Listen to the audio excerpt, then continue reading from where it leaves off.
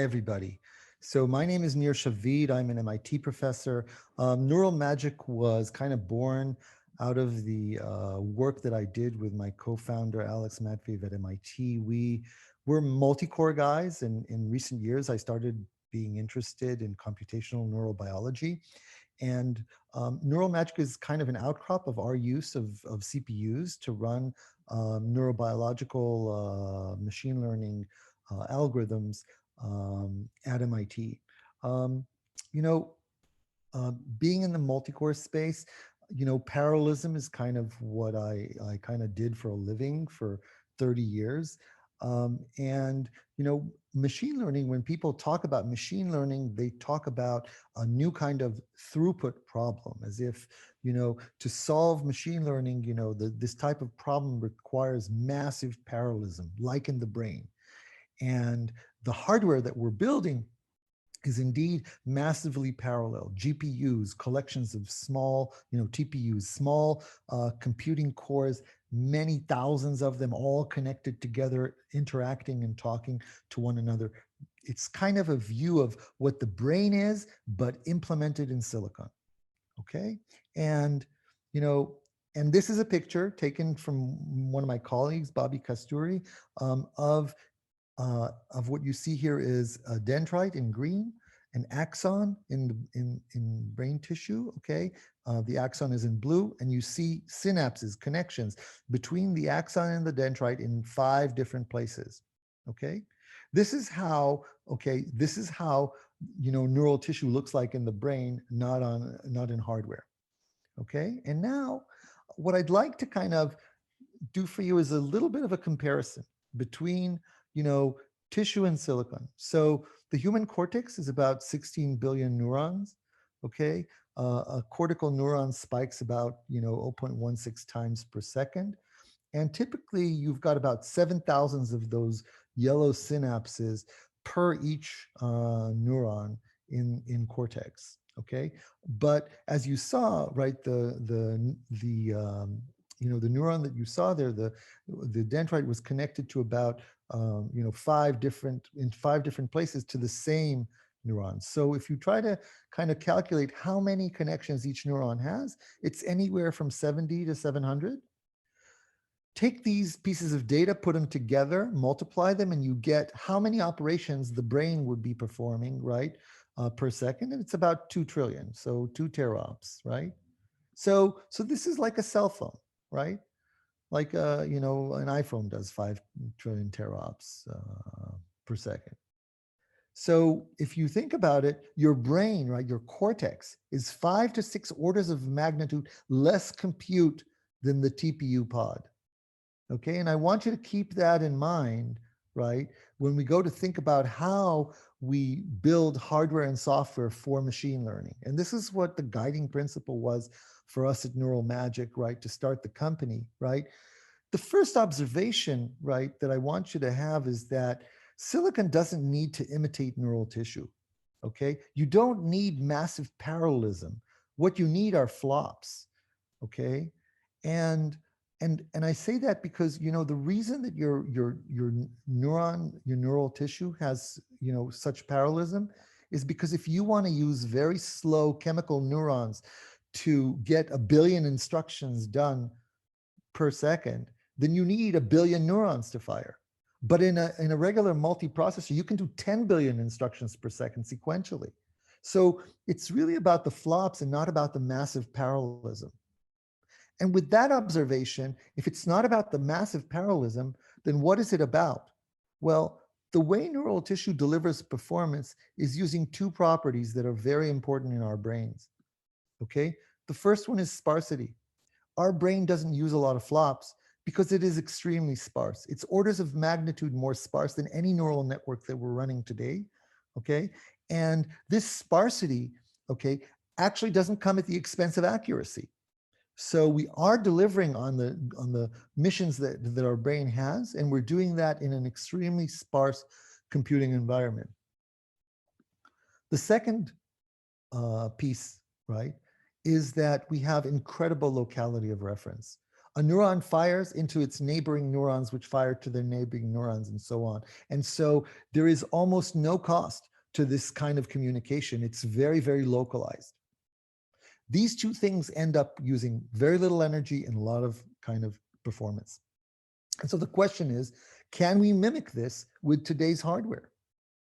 And this is really what neural magic does. So here is just a little example of our performance numbers. This is on an 18-core desktop, a 14 nanometer Intel, kind of CPU with 18 cores at FP32, and it's comparing here to, for example, to a GPU that is a 7 nanometer NVIDIA T4 GPU. Okay, and you can see that you can get performance from a CPU. Okay. And how do you get this performance that is completely comparable, if not better than that you can get on a GPU? What's going on here? Okay. Well, the story of Neural Magic's technology is kind of the following. When you think about, the story being told today about CPUs and GPUs, here's it is essentially, right? The GPU built for parallelism has thousands of tiny cores with each one with a little bit of cache, right? And it takes the network in, right, and runs it using this parallelism through these many cores. The CPU on the and by the way, and it has incredible bandwidth to memory, the GPU.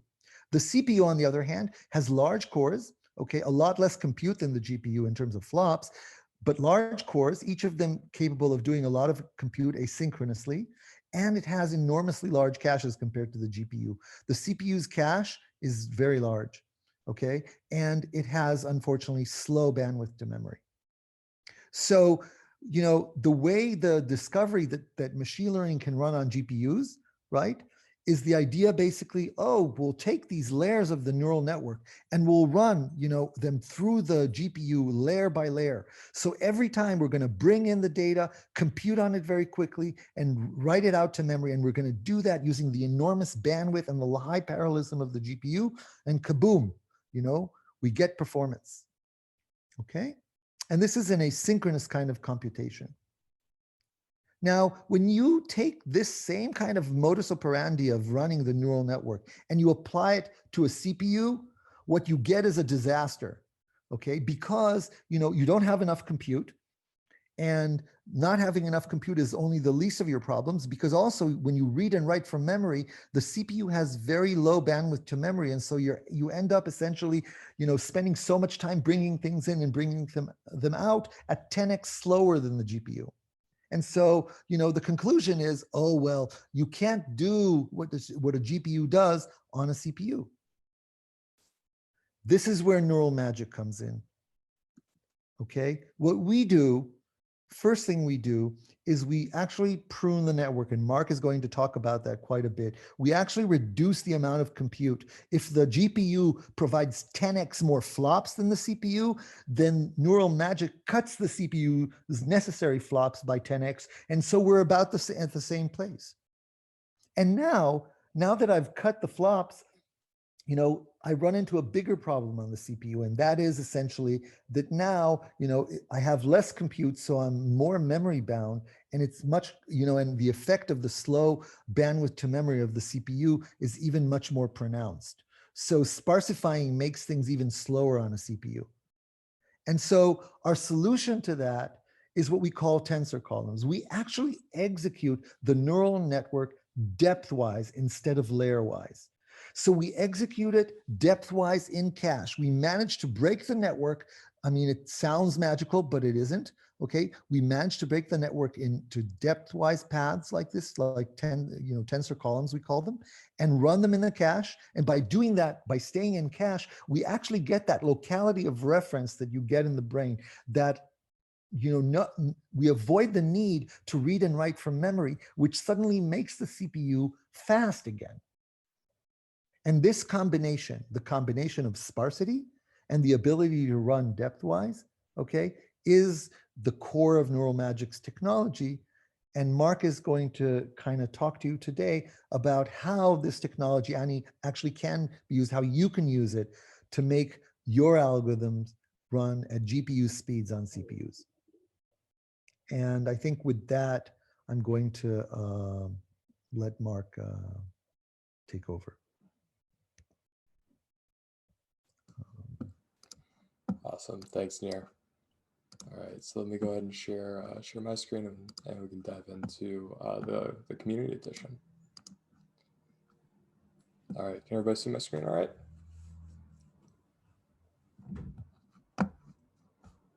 Okay, so so as Nir said, we've been working on this technology for a while, and we're really excited to be announcing Community Edition, which we launched at the beginning of this year. And at the heart of it is what Nir was going through, which is sparsity and sparsification. So what we want to start off with is just that most weights in a neural network are useless.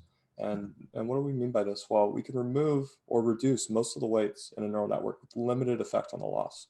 And this is what we refer to as sparsification. And made up of that, there's a lot of different ways that we can do sparsification. The two top ones that we have are one, pruning, and going through a little bit more in depth on pruning. So let's say we have this fully connected network. We can say that we're using it for a recommendation network, or just kind of a more traditional multi-layer perceptron. And we have these nodes in each layer, and we have connections, right? And we're fully connecting this first node to every node in the following layer.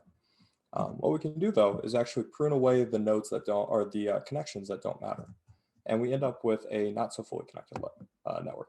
So this previous node is now connected to only two nodes. And there's a lot of algorithms that go into specifically how to do this. But what we've found, and what the research community has found, is that this actually works for just for nearly any model, as well as to a high extent. And I'll go through some examples in a little bit in terms of the sparsity levels that we can get to, but they're on the order of 90% sparse. So 90% of the weights in a network don't matter, and we can still recover to the original loss. And we can talk about quantization as well. So quantization, so we have an example of the distribution of weights within this is actually a convolutional network. And this is how the weights are distributed, generally normal distribution. And this is at an FP32 range. So we're representing these in floating point to a 32-bit precision. And what we can do is actually reduce those and squeeze those into a lesser representation. And we can squeeze them into an N8 representation. N8 is generally what everybody has found works just out of the box with neural networks. And so you can see what we're doing is just creating little boxes, little bands within these weights, so that we compress them so that the weights start becoming represented by smaller values and less precision. And this actually works for nearly every network as well. So let's kind of dive into why is sparsification useful, specifically pruning and quantization. Well, the process reduces the amount of compute within layers, right? So as Nir said, we're getting rid of the compute by pruning away those connections so we don't have to run those. The amount of data transfer between layers is reduced with quantization, since we're essentially getting rid of 4x of the amount of data that we were transferring originally, going to N8. And we also can reduce the total size of those networks, right? So not only is quantization taking it down by 4x in size, but we're also introducing a lot of zeros, which is redundancy in the network, which we can further compress. So what we can do with those networks is then take it in an intelligent system, like what we've been developing here at Neural Magic, and run those sparsified networks faster, leading to cheaper and more efficient deployments. So let's give some examples. We have a ResNet50 blog that we pushed out. We'll have these links available for everyone. And in that, what we show is that whenever you prune and quantize ResNet50, we can take it from 300 images per second on a 24-core CPU all the way to 2,300 images per second, right, for the prune and quantize network. A huge increase. That then means that this can actually be a real-time application. Essentially, for ResNet50 becomes a function call within the code rather than this long-running process. YOLO v3. We did this one recently and pushed out this blog actually last week.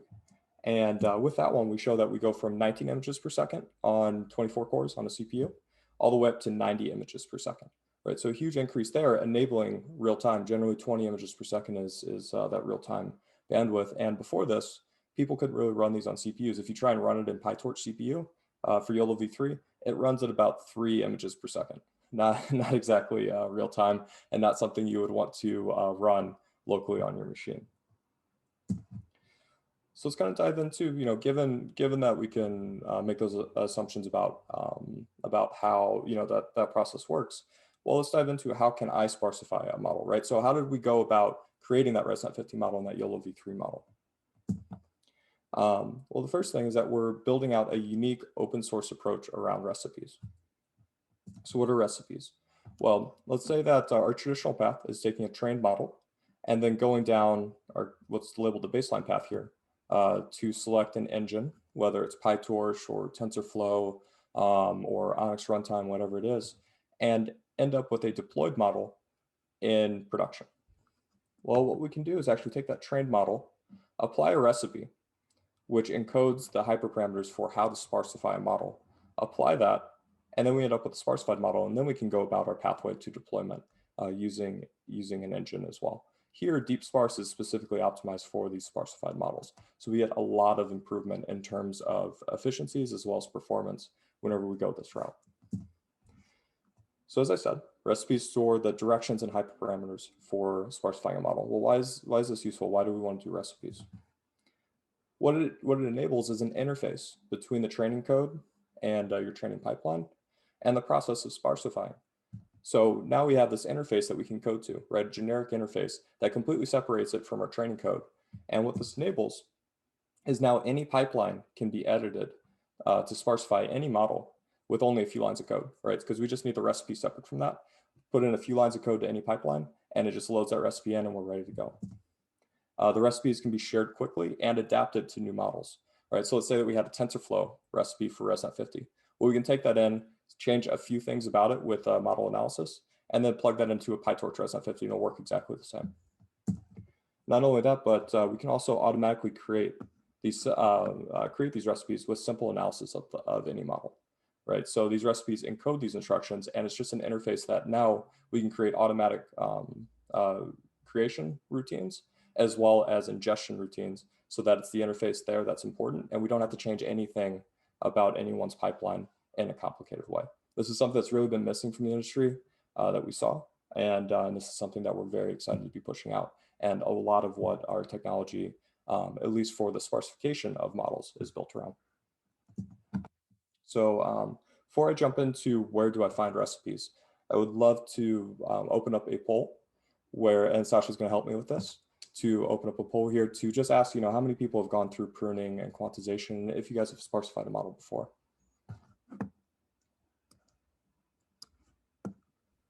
All right, that Awesome. poll should be live right now.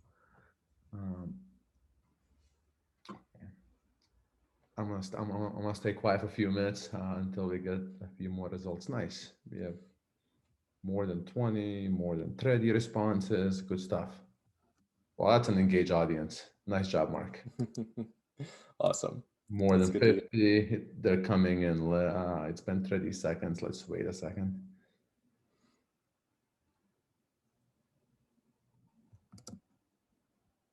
All right, we stopped right around 50. You can still vote, that'll be awesome, but I don't think the results are going to change that much. Mark, do you see the results or do you want me to read them? I do not have the results, so go ahead. Got it. So 36% of the respondents did not sparsify a model in the past because it's too difficult, time intensive, or they have no expertise. 17% didn't because they don't need to use specification. 44%, which is the most, quantized a model in the past, and only 30% pruned a model in the past. Awesome. Thank you guys for filling that in. And as you can see, would love to talk with every one of you in terms of what the restrictions were there for you, or if you ran into any issues. I think can you see right there how many people responded? Yep. Yeah, it just popped up for me. Awesome. Yeah. So if anybody would like to discuss more, feel free, reach out to any of us, and we're happy to go through that in the community as well. We have discussion boards and in our GitHub repos, and we'll be going through those as well. All right, so diving back in, where do I find recipes? Well, we came up with the Sparsu. So the Sparsu stores recipes and sparsified models, so that it's hosted in the cloud, and the open source Python API is available in GitHub. And I'll pull that up in a second. We're constantly pushing state-of-the-art recipes and the resulting sparsified models to those, so anybody can pull those down, adapt those recipes to their needs, transfer learn from those models, and so on. And again, it's free for anyone to use and contribute to. So we welcome contributions, welcome any feedback on this. It's currently Python-based. We're pushing out a website to be hosted on top of that later this month. And I'd love to dive into a Sparsified YOLO v3 example, just going through the Sparse real fast.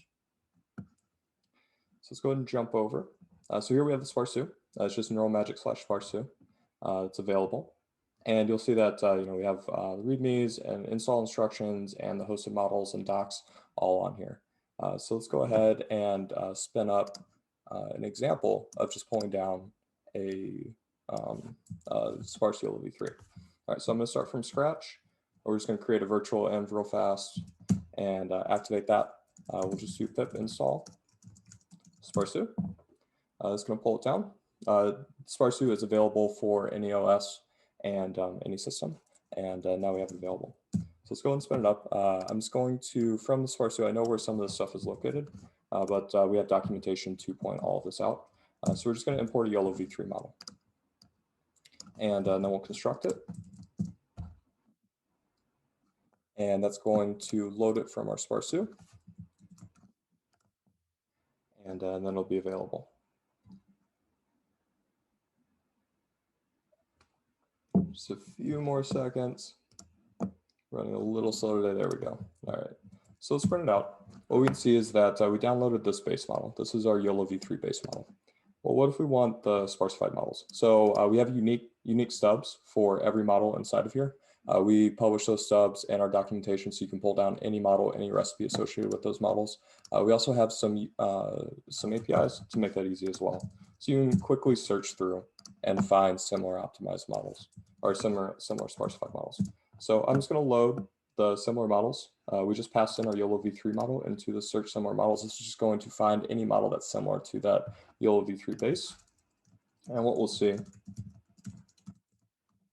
is that we pulled down a prune aggressive model and a prune quantize aggressive model. So I won't go through the distinctions of aggressive and we have 3 distinctions: conservative, moderate, and aggressive. I won't go through those distinctions right now, but they just relate to how much the model recovers and how performant it is. And we have all this documented on the Sparse too. So the most important thing that we want, though, is that recipe path. I'm going to grab the recipe from this last model, and we'll load that. So all I'm going to do is print out, we have the original recipe that went with the model, and then I'm just going to print out the download path. So it's going to grab that model and save it in this location. So what I want to do is just show you guys what a recipe looks like. All right. Let's load that. So what you'll see inside of here is actually this one is stored as a markdown file. We also support just native YAML files, but all of the instructions for sparsifying are stored in YAML front matter inside of the markdown file. And these are just the instructions that go through it. I'm not going to go into detail. We have documentation on this, but all that this is laying out is exactly when to start pruning, when to start quantization, and the rest of the hyperparameters that go around that. There are going to be a lot of hyperparameters that are involved here. So our big push is to make this as easy as possible to create and automatically create for you. And at the bottom, what you'll see is since it's a markdown file, we have instructions for how to use this model, right? So what is the model? What map did it achieve? And then how do you train it, right? How do you replicate these results, and how can you further adjust it from there? Awesome. So that was just looking at a recipe. We're constantly pushing up more, and again, we're going to have a web page that'll be available, so you can view those recipes through the Sparse website at the end of this month. All right, so jumping back in. All right, so now that we know where to find the recipes, well, how do I use the recipes in my pipeline? This is where SparseML comes in. So SparseML is our code base for integrating with different frameworks. It's open source in GitHub, and we're integrating with different frameworks so that we can apply a recipe with only a few lines of code. right? So we have those recipes. We want to apply it to our training pipeline as easy as possible. And we can actually edit that with only a few lines of code. I'll show that in a little bit.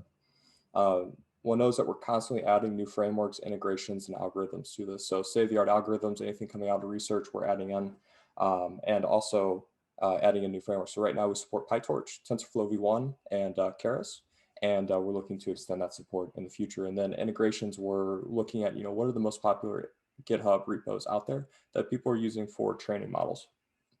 For example, the YOLO V3 that we just went through, that was from Ultralytics, which is a very popular PyTorch integration for training the YOLO V3 and V5 models.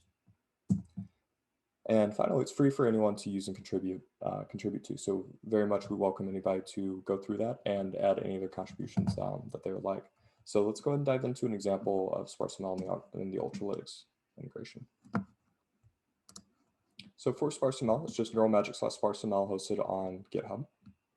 And what we have, let me just kind of show you guys the integration code. So we go through recipes, but for PyTorch Sparsification, for example, it's really only these 2 lines of code that we need. I mean, obviously we need to import, but it's these 2 additional codes. So what we do is wrap the optimizer so that we can override the training process and training graph, and therefore prune and quantize models. So this is actually all that we need. This will support distributed training, single GPU training, CPU training, however complicated your pipeline is, this should work with it. We do similar with Keras, where we modify the model and the optimizer. And then TensorFlow, same thing. We have an estimator-based approach as well as a more traditional session graph-based approach. And just to dive into SparseML for a second. So it is available on PyPy as well, where you can do pip install SparseML. And I'm going to install the Torch Vision version. So we have different things that can install the extra dependencies to work with those frameworks. Otherwise, you can install the framework separately. So we'll do that. PyTorch has quite a few dependencies, so this will take a second to install. But once that's done, you'll see that we'll have it available. And now it's available to use throughout the system, so with our integrations or with your own integrations as you develop.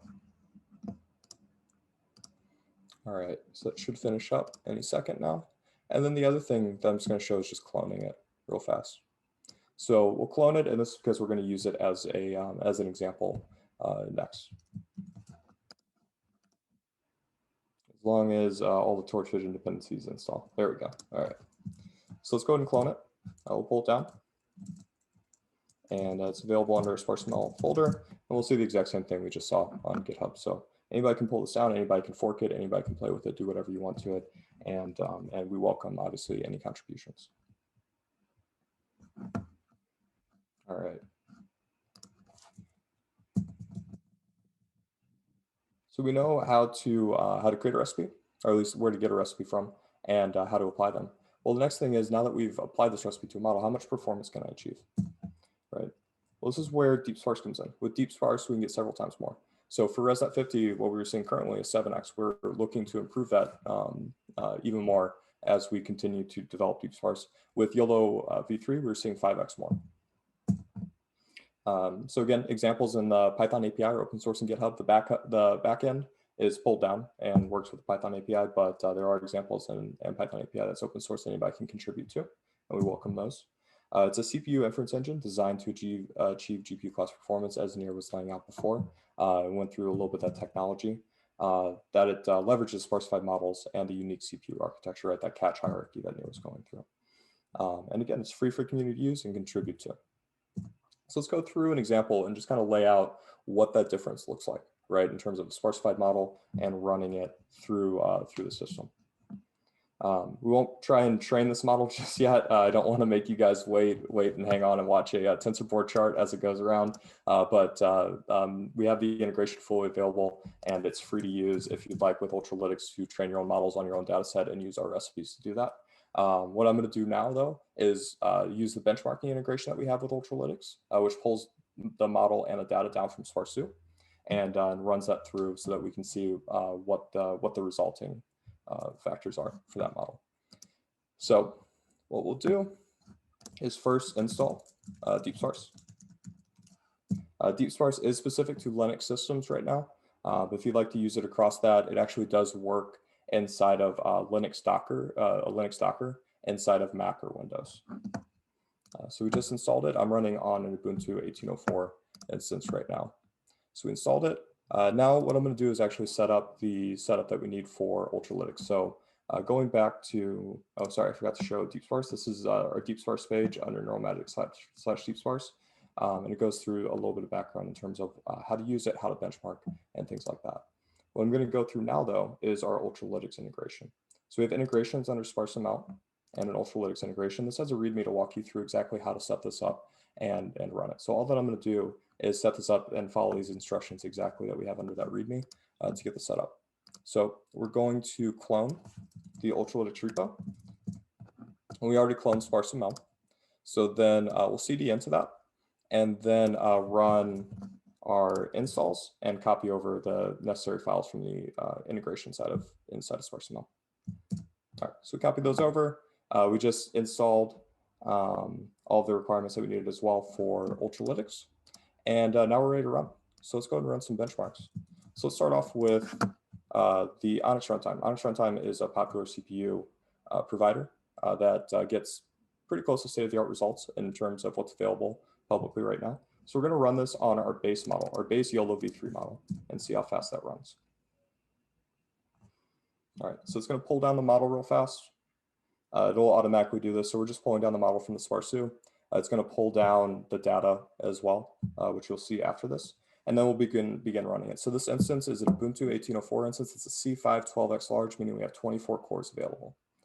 So it's going to start running it through just about now. We're going to run for 25 warmups and 80 benchmarking iterations. So it's going through. This is batch size 1 that we're running at.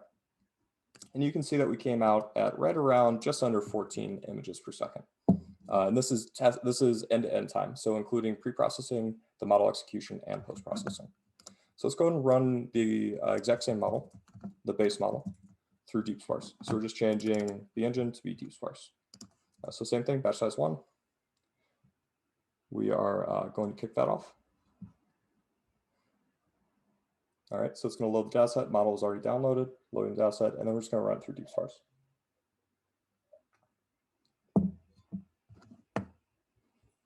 All right, there we go. So we came out at about 14.5. It depends on the model if we're going to run faster on the base model or not. Specifically, we can leverage things like activation sparsity that other engines can't. That actually will run the base models faster. The specific version of YOLO v3, though, uses leaky ReLUs, so there isn't any activation sparsity available. But what we can do is sparsify that model as talked about before using pruning and quantization. So after we've done that process, let's go ahead and load the resulting model from that process into from DeepSparse into this benchmarking setup. So all that we're doing is changing our tag. We're no longer doing the base model. We're now doing the prune quantize model. We're going to run that through and through the DeepSparks engine, and we'll see the final results in a second. So it's going to spin up. You can see it's already going quite a bit faster. And keep in mind that our base was 14.5 images per second for end-to-end time. And there we go. And perfect. So we're almost at 50 images per second, right? A significant increase over the top. And then going back to those previous numbers, we mentioned 90 images per second, right? At the very beginning, whenever I started for our YOLO v3 example. So let's see if we can match that. So let's go ahead and, so that those numbers were specifically for batch size 64. So let's kick off a batch size 64 run. Batch size 64 for throughput. What we saw whenever we were testing on GPUs and then the GPU comparison that we did is actually GPUs maxed out right around batch size 32, and batch size 64, they didn't get any more performance. We actually did increase a little bit over the top of going up to batch size 64 from batch size 32. So this one's going to take a little bit longer to run, just because it's running a lot more items through, 64 times the amount of items. So just waiting for this to start up. And just kind of to dive in again, this is a model that we both pruned and quantized. Quantization will work alone inside of DeepSparse. Pruning will work alone inside DeepSparse, but it's the combination of both that really give us the significant breakthrough in speeds. Pruning in general, you can get 1.5x to maybe up to 3x. Quantization generally 2.5x up to 4x. Whenever we combine them, then we start getting into the really exciting numbers, which is 4x to 7x, right? And we're looking to improve those even further from there. So we're running through right now. This is gonna take just another minute to go through. You can see that it's running a little bit slower since we're doing 64 times the amount of runs. But once this completes, then we can show it off and show the speeds. What we're hoping is again to get close to that 90 images per second number to make sure that we're benchmarking correctly. And this is just a common C512X large instance that we spun up actually right before this this webinar started. And so we really welcome anybody to come through and try this out and make sure that it's working for you and working on your systems. All right, so just about 10 more seconds and then we'll have our final numbers. And again, that baseline time for batch size 1 was 49 images per second. I should say the prune quantize for batch size 1, 49 images per second. Now we're at 88.2. So a little bit slower of a machine that we're deployed on today, but really close to that 90 images per second. And to put this into reference, this is actually beating a T4. And we'll share out the blog so you guys can go through those exact numbers. But this is actually beating out a T4 GPU in terms of performance there. All right.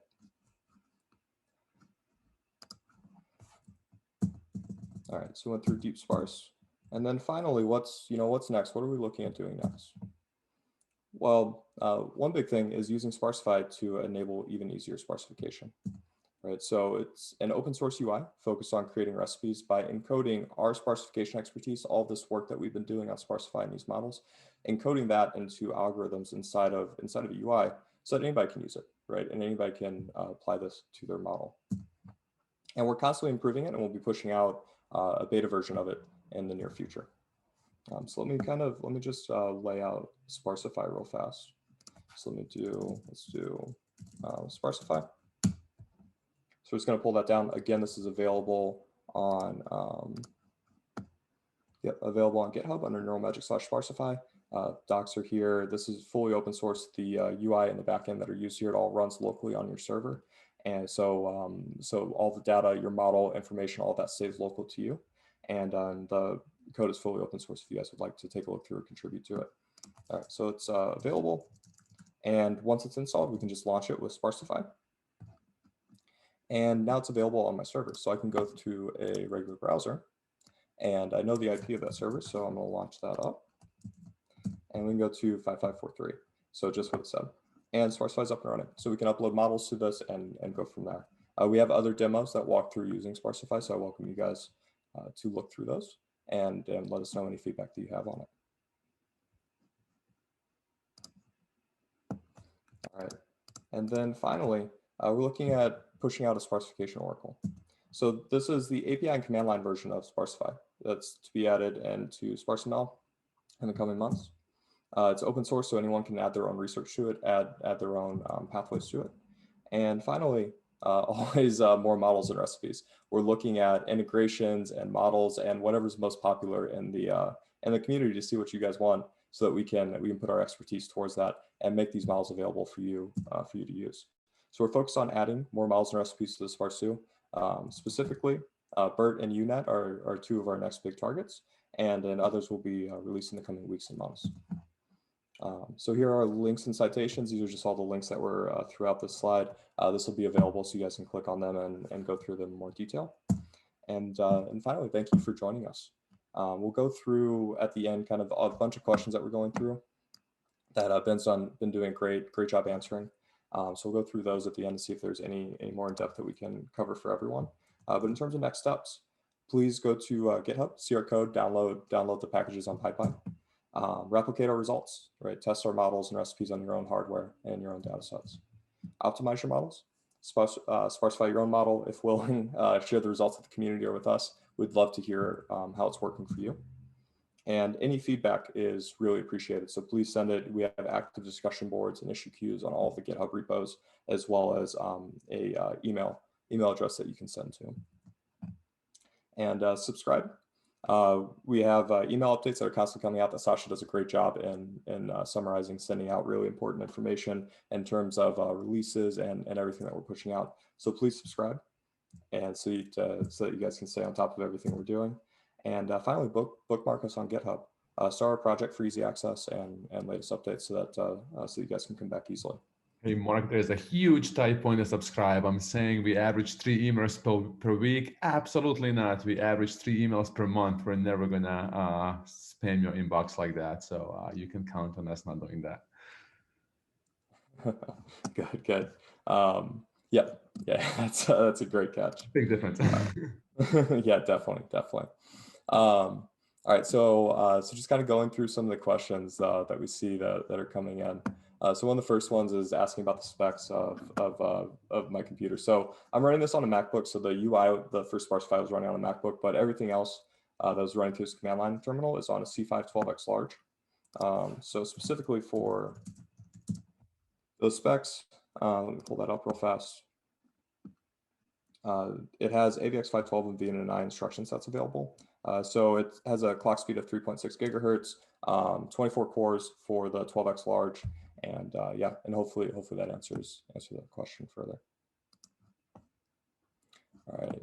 Are there any plans for a JavaScript inference engine? This is a very interesting question. We're definitely open to targeting other platforms. ARM is a big thing that we're looking at as well. But I'll kind of leave that off in terms of in terms of exact dates. But it's definitely something that we're interested in and keeping an eye on. All right, there's a question to please reshow the references slide. So let me just kind of maximize that. So there you go. Referencing slide is back up. I'll just leave this up while we go through questions. And do we plan to support Windows OS with DeepSparks engine? It's definitely on our roadmap to support. It's a question of when we do it.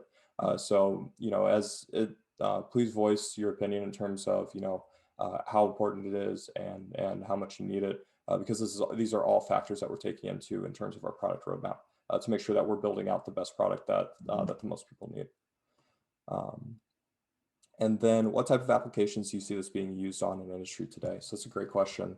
And in terms of customers that we're working with, they range from everywhere from e-commerce to pathology and those places, as well as manufacturing and things like that. So really no limitation in terms of applications that it can be used in.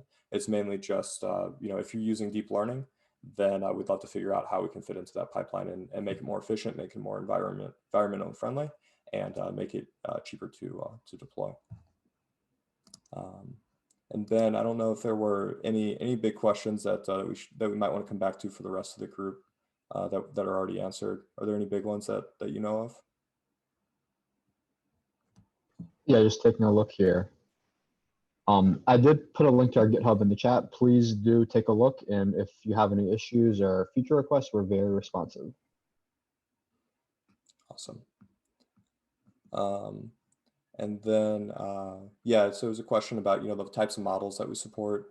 ResNet 50, YOLO v3, any image classification model in DeepSparks right now, at least most of them. We're really looking at segmentation. There's UNets are running through it right now. Object detection models, SSDs.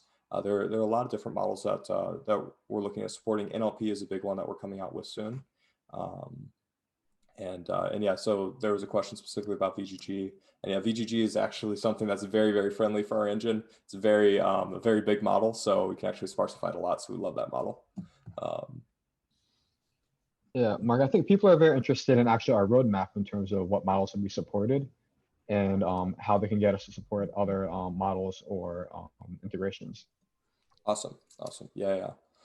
So specifically talking over that, the near-term roadmap is focused at a few image classification models, as well as the big one is BERT specifically, and then in the NLP space, working through Hugging Face integration right now, and then also UNet models, specifically any kind of UNet base. We're looking at ResNet 50 basis for UNet as well as MobileNet basis for UNet, and looking into those.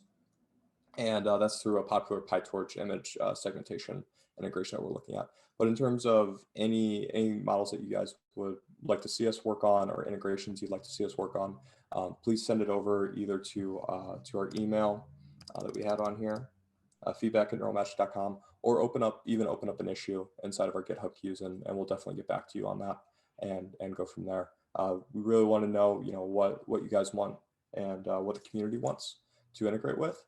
Just so that we can build out the best product and really build a strong community around this. So any feedback is welcome in terms of what everyone would like to see. in terms of models as well as integrations with other repos. All right. Nir, is there anything else you wanted to say on this? No, someone's asking you about what about recommendation models with embedding layers that are already. Oh, interesting. Yeah. So we did some work. Actually, this was a while ago, specifically on DLRM. So we do have support for embedding layers coming out of PyTorch. The Onyx spec, I need to double check if the latest version of the Onyx spec has embed layers now or not. We did have to specifically encode it for the PyTorch version of embed layers. So those actually should work with DeepSparks. But I'll have to double check on the Onyx spec and get back to you in terms of if we can get the official, if there is an official spec for embed layers now and get that added in. But PyTorch version of DLRM should actually work.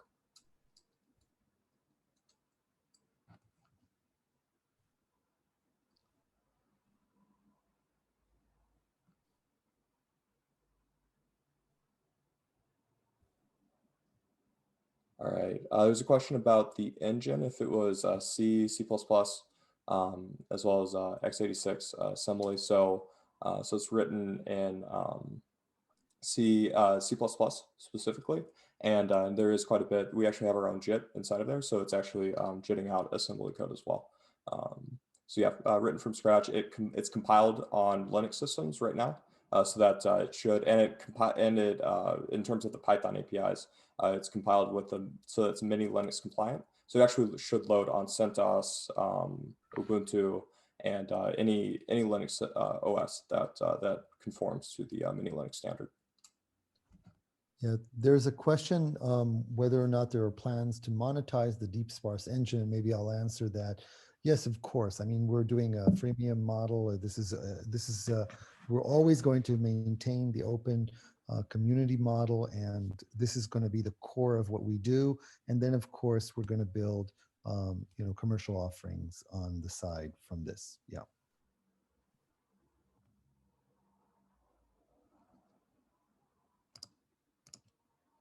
Awesome. We have a new question. Is there a specific computer build requirement to use neural magic, memory, etc.? Yeah, so it's going to come down to the model that you're trying to run, and in terms of the memory that's needed and things like that. I will say specifically for DeepSparse, to be performant, we need either AVX2 at the minimum instruction set, and beneficial instruction sets on top of that are AVX512 and VNNI. AVX512 is going to run 2x the speed of AVX2 instruction sets, and then VNNI is needed for quantization performance speedups.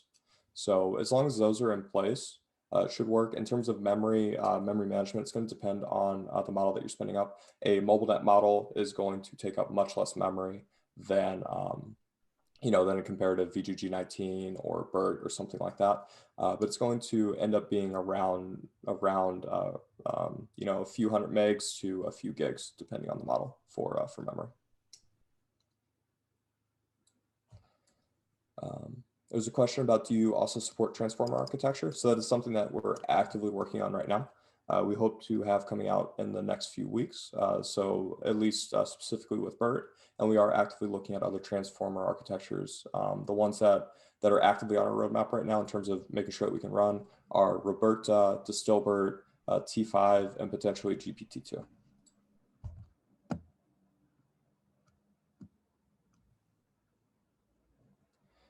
There's an interesting question of if I've got already a pre-trained model without training data, can I still Sparsify? So this is a really interesting research topic right now. We do still need some sample data to be able to do that. There's some research around being able to do one-shot quantization and be able to do that without loss, as well as one-shot pruning without loss. So our research lead, Dan Alistar, put a paper into NeurIPS this past session, which was around Woodfisher, which is this thought that for pruning we can actually take second order information based on the loss functions on a limited subset of data, and be able to figure out which weights are the best ones to prune away. And what that does is that gets to around, I don't want to misquote the numbers, but I believe it's 50 to 60% sparse. with limited effect on the loss. Any more than that in a one-shot way, then we started kind of degrading from there. But it definitely is an active research area right now, I would say. And definitely something that we're looking into more and more. But currently the best way in terms of trying to get a very performant model that recovers back to your baseline is going to be doing some type of training aware pruning and quantization.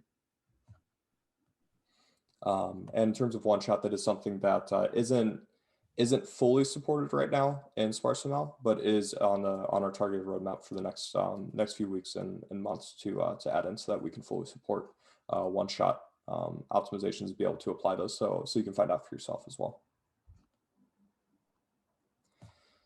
And there was another question as well that just came in. Does your package take care of quantization or only sparsity? And what types of quantization do we support? So we work with both quantization as well as sparsity. And actually pairing those together is how we got these really impressive numbers for YOLO v3 and ResNet50 that we showed earlier. So that was pruned and quantized. In terms of types of quantization, right now we're specific to int8. That's what the VNNI spec is limited to right now in terms of going any more precise. It does int8, so that's where we're at right now. Working specifically with int8 for quantization, as well as pairing that with unstructured, well, semi-structured sparsity on top of quantization.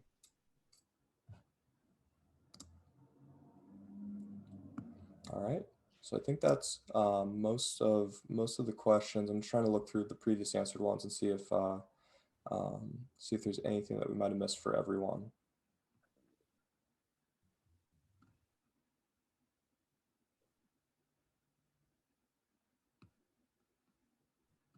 Yeah, I think that's good. Yeah, thank you, Ben. You did a great job on answering all these. Looks great. Happy to see all the questions. All right, is Sasha and Nir, is there anything else you guys wanted to say on this? No, I think we're good. All right, I'll stop sharing, and yeah, I think we're good then. Thank you guys. Oh, we had one more question that just came in. If we can eliminate so many weights from models, this means that the predictive power of these weights that could be removed are near to zero. So why do these methods? Why are these methods not used when describing designing the models? Oh, and designing the models. Okay, yeah. So this is really, really interesting.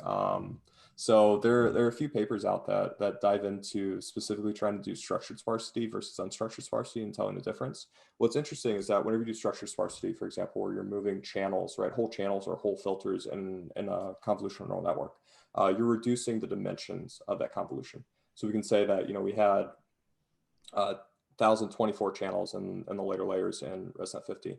And we can reduce that, in channel pruning and maintain, we can't prune anywhere near as much as unstructured, but we can still maintain the baseline accuracy. What's interesting is that if you take that pruned model and train it from scratch, you get to the exact same result, right? So, but whenever you do unstructured sparsity and we get up to 90% sparse, if we take that unstructurally pruned model, just take the sparse architecture that's developed inside of there, reinitialize with random weights and try and train from scratch again, it actually won't get to the exact same accuracy. It'll actually go down quite a bit.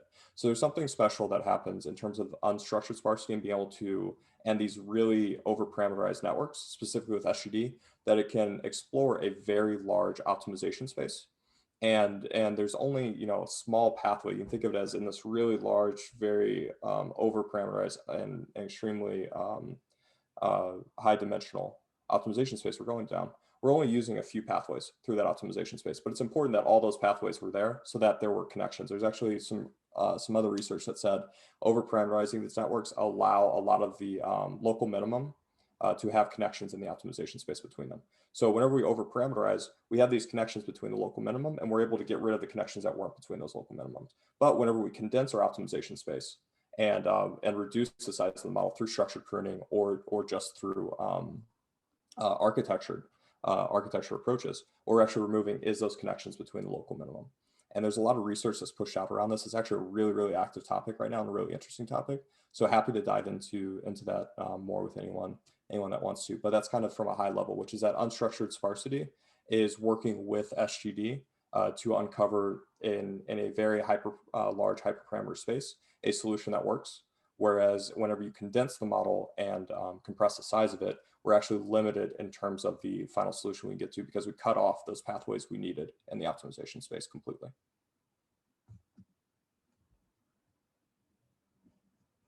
All right, awesome. All right, I think we're good then. Thank you guys for tuning in, and hope you guys enjoyed it. Thank you.